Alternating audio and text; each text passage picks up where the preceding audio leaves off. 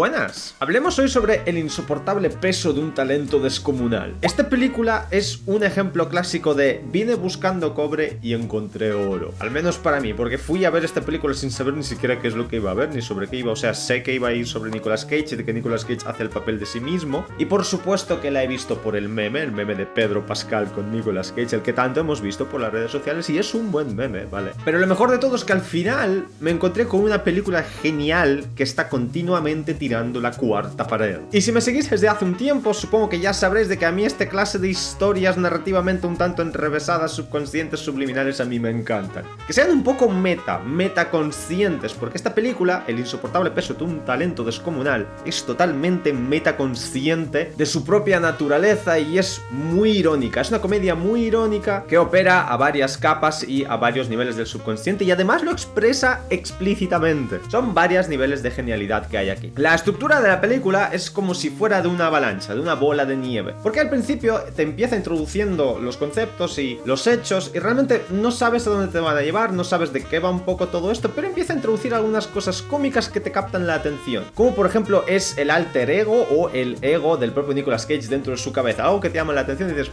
vale. O sea, Nicolas Cage en realidad sí que monopoliza mucho la película y su actuación, y yo creo que no podía haber nadie mejor que él para hacer este papel y a este personaje tal y como está concebido, porque es que tal y como es él como personaje fuera de la película como figura pública, él precisamente encaja para esta película. El insoportable peso de un talento descomunal es una película que no se toma aparentemente en serio, pero que hace cosas narrativamente muy serias, difíciles de conseguir. Vale, entonces, ¿qué es lo que hace exactamente? Vamos al meollo de la cuestión. Esta película lo que hace es continuamente buscar su identidad, de forma expresa además. Es como que hay dos desarrollos paralelos que están ocurriendo al mismo tiempo, que es la historia aparente, los hechos, como por ejemplo es el secuestro y la amistad entre Javi y Nicolas Cage, es decir, Pedro Pascal y Nicolas Cage, pero después hay un desarrollo narrativo paralelo que es cuando la película, la propia película como ente está buscando su identidad y a través de los diálogos de los personajes es como que la está buscando y se está definiendo a sí misma, porque lo que ocurre aquí es que Javi, a.k.a. Pedro Pascal, está escribiendo un guión para una película que quiere hacer con Nicolas Cage, y realmente cuando discuten esa película que van a hacer es realmente la película que está ocurriendo ya, la que tú estás viendo, y que es además al final la película que acaban haciendo sobre los hechos que estás viendo en esta película. Es como que ahí es una película dentro de otra película, y mientras la película está buscando su identidad, realmente esa identidad no está perdida, y ese es el kit de la cuestión. Entiendes perfectamente qué es lo que estás viendo y sobre todo lo entiendes cuando llegas a mitad de la película, porque hay un par de escenas clave. La famosísima escena del meme, que es cuando van en el coche y Nicolas Cage está como al helado y Pedro Pascal está feliz porque están en un viaje, tanto literal físico en un coche como en un viaje de drogas, en la inspiración. Es el momento clave cuando tú entiendes qué es lo que está haciendo esta película, porque hasta entonces es toda una continua presentación de hechos. Se te están introduciendo hechos, los personajes sí se introducen las relaciones entre ellos, pero ahí hay un punto de inflexión, y además es un punto de inflexión expreso, que te dicen, nos vamos a un viaje de inspiración, y los personajes en ese viaje de drogas empiezan a ser metaconscientes de su realidad, pero además tienen escenas bastante graciosas que encajan, de que como que ellos están reviviendo escenas clásicas de otras películas típicas, y es un humor un tanto absurdo, que a lo mejor puede parecer cringe, pero a mí me encaja perfectamente precisamente con la naturaleza irónica de esta película. Es como que es hiperbólico, está todo sobreexagerado y precisamente por ello encaja. Y luego hay otro momento clave bastante importante, que es cuando Nicolas Cage está discutiendo el guión que está escribiendo con Javi, a.k.a. Pedro Pascal, con la gente de la CIA, y de cuando ella le dice que a lo mejor un secuestro dentro del guión que están planeando encaja. Lo que están haciendo es discutir la propia película que tú estás viendo. Esa conversación es como que tiene dos niveles de interpretación, uno intrínseco y otro extrínseco. Intrínsecamente sí están como que discutiendo el guión que él está escribiendo, Nicolas Cage con Javi, pero en realidad lo que están discutiendo es la naturaleza de la película que tú estás viendo delante de ti. Y además hay un par de críticas expresas, digamos, que pasan un poco desapercibidas, ocultas, pero en realidad no son tan ocultas porque son bastante evidentes, que es cuando se menciona a Marvel, Star Wars y de que todo tiene que tener un gancho, un hook comercial, y entra en juego el marketing porque hay que apelar a los grandes públicos. Es decir, se ponen a discutir sobre la industria también del cine, o sea, y volver a recurrir a decir yo que esto es otra vez meta cine, que ya no sé cuántos ejemplos de eso ya han aparecido en mi canal, que no me importa, a mí me encaja, pero parece que estoy siendo repetitivo, pero es que últimamente estamos teniendo un montón de películas que son metaconscientes y metacine. Esta película no creo que sea tan metacine en realidad, pero es metaconsciente de sí misma. Está rompiendo continuamente la cuarta pared. No es que intenta apelar a ti como espectador o hacerte a ti partícipe, pero rompe la cuarta pared siendo ella consciente de que ella es una película, ella misma. Y entonces si nos vamos a la clásica concepción de las cosas de que todo tiene una forma y un contenido, realmente aquí lo que tenemos es que hay como esos dos desarrollos paralelos, que por un lado tenemos el contenido, los hechos narrativos más superficiales, como es el secuestro, como es la amistad entre Nick y Pedro Pascal, que sería el contenido, pero luego hay otro desarrollo que es el de la forma de la película, el qué identidad y qué forma adquiere la película al final. Realmente esto es una película donde realmente lo que más mola es el cómo está estructurada y cómo está hecha y cómo se te cuenta esa historia. Los propios hechos en sí no son spoileables. Entonces, si no la habéis visto realmente en este vídeo, es que no puedo hacer spoilers porque tampoco merece la pena. Esto es una obra de arte que simplemente hay que ver por cómo está hecha, por la técnica. Es como si vais a ver un cuadro y no es importante si sale un paisaje o un rey, sino por cómo está pintado. Pues esto es lo mismo, por cómo está hecha y por cómo está narrada. Pero luego hay otra cosa que me gustaría comentar también, otro aspecto aparte. El único personaje cuyo mundo interior conocemos es el del protagonista principal, Nicolas Cage. Y aquí hay cosas bastante interesantes que comentar. Primero, en algunas escenas tenemos esa dicotomía suya interna, que es el Nicolas Cage que todo el mundo ve por fuera y el del Nicolas Cage en su mundo interior. Ese Nicolas Cage más joven que aspira a ser una gran estrella y siempre motiva al Nicolas Cage físico de que tienes que conseguir ser una superestrella. Esa versión de Nicolas Cage es su ego descomunal. Es la soberbia y son sus aspiraciones de grandeza. Es esa dualidad suya con la que él conversa consigo mismo y yo creo que en realidad, sin estar loco, todos tenemos un poco de ese diálogo interno. Al menos yo sí.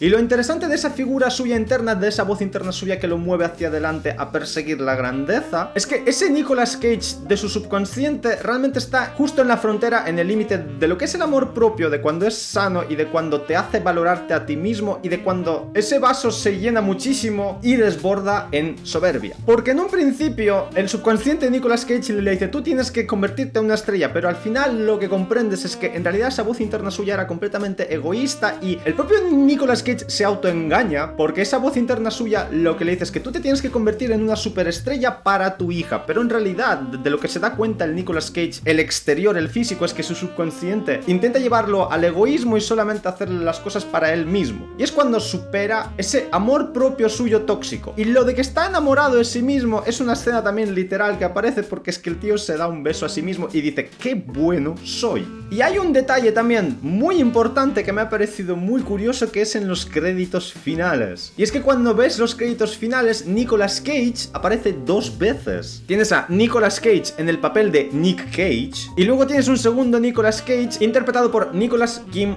Coppola. Y yo de normal no me suelo inmiscuir en los asuntos privados de las superestrellas, el cotilleo, la verdad que siempre me ha dado bastante igual, y yo hasta ver esta película en realidad nunca me había puesto a investigar sobre la vida de Nicolas Cage, aunque sea del modo más superficial. Entonces lo que he descubierto, esto lo desconocía hasta ahora, es que en realidad Nicolas Cage es un seudónimo, es el alter ego público del personaje público o del artista de Nicolas Kim Coppola. Y es que Nicolas Kim Coppola forma parte de toda la gran familia cineasta de los Coppola. Lo que pasa es que se quiso desligar de toda esa familia, de esa fama, para emprender, digamos, como una carrera independiente suya personal, para no estar ligado con ese nombre, y por eso se puso Nicolas Cage. Bien, entonces lo que se puede deducir aquí es que realmente en la película, cuando vemos expresado su subconsciente, esas aspiraciones de grandeza, esa soberbia y ese ego, realmente es él mismo de verdad, porque está interpretado no por Nicolas Cage, sino por Nicolas Kim Coppola, que es la auténtica persona realmente privada, no el personaje público al que nos hemos acostumbrado a ver dentro de Hollywood. Y es que aquí lo que hay que entender siempre, partiendo de la base de que todo personaje público tiene dos niveles de realidad. Y ya no estoy hablando de esta película, sino a la persona que conocemos como actor Nicolas Cage. Es que efectivamente, digamos que está el actor Nicolas Cage, el personaje público, el artista, y después está la persona privada a la que nunca conoceremos jamás, porque precisamente es el Nicolas Kim Coppola privado e íntimo en el ambiente familiar familiar o dentro de su matrimonio, dentro de sus relaciones, dentro de su casa. Y en el lado opuesto para esta película está lo que es ya el personaje Nicolas Cage, el ficticioso para esta película. Y precisamente por eso dije al principio de que Nicolas Cage como actor, como personaje, es el único que podría interpretar este papel, porque él ya opera a varios niveles del subconsciente, él como persona. Y la concepción de la persona de Nicolas Cage está tan dividida, realmente él ya son varias entidades y varias identidades de existencia. Solamente alguien como él podría encajar en una película como esta. Ante todo, lo que tenéis que entender es que ningún actor es la persona así tal cual la veis. Siempre está la imagen pública y siempre está la imagen privada, pero eso también se puede aplicar también a los personajes públicos como políticos o también como creadores de contenido de internet. Cualquier creador de contenido, yo inclusive, pensad que lo que estáis viendo es solamente una parte de mi vida, o la que yo os ofrezco aquí, o cualquier creador de contenido. Habrá cosas de mi vida que pues no sabréis porque son mías, íntimas y privadas, y así es como tiene que estar, y todo el mundo tiene esa parte. Lo que pasa es que con los actores y con los personajes públicos es todavía más exagerado todo. Y esto es lo que me mola de esta película, esta reflexión que te causa de los niveles de existencia subconsciente, identidades de una propia persona y a qué niveles puede operar. Y por último, acabando ya el vídeo, me gustaría hacer una mención honorable a uno de los actores que aparecen en esta película, que es de esta tierra, que es Paco León. Entonces, para mi gusto, yo creo que hace un buen trabajo interpretando a un malo mafioso español, hecho a partir de la visión y perspectiva de los estadounidenses americanos, de cómo sería un macarra español. Ok, de acuerdo, esto es una película americana, es algo que podemos aceptar. Entonces, para mí, Paco León sí funciona como el macarra español típico mafioso, de tal y como se lo imaginan los estadounidenses, y eso es algo importante. Pero hay una cosa que me ha hecho muchísima gracia, y solamente me hace gracia desde la perspectiva de español que vive en España, que es toda la trama que se ha creado para esta película sobre Cataluña y sobre el secuestro de la hija del presidente que tiene que ser reelegido. Desde la perspectiva de alguien español que vive en España, esto es tan sobreexagerado, tan absurdo y tan hiperbólico que es que da risa. O sea, de normal, en España, para que lo entendáis, cuando se quiere ejercer presión política sobre algunos políticos,